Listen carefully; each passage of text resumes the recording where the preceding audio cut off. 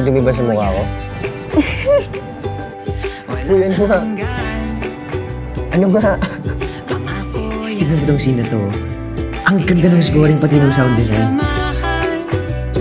Kahit saan, pangako yan na walang hanggan. Grabe yung tingin sa akin ni Miss Rodriguez kanina nung nagpe-present ako. Kala ko babagsak tayo eh. Saan ka nga uwi? Gusto mo sumabay ka na, hatid na kita. Ako, hindi. Okay lang. Lapit lang ako tsaka isang bus lang din naman eh. O nga pala, hinihintay mo yung documentary subject mo sa bus. Ay, actually, nakausap ko na pala siya. Pumayag na siya magpa-interview.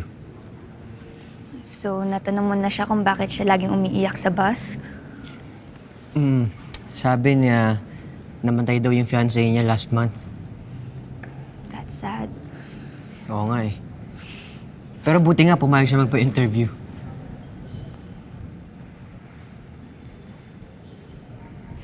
Bakit?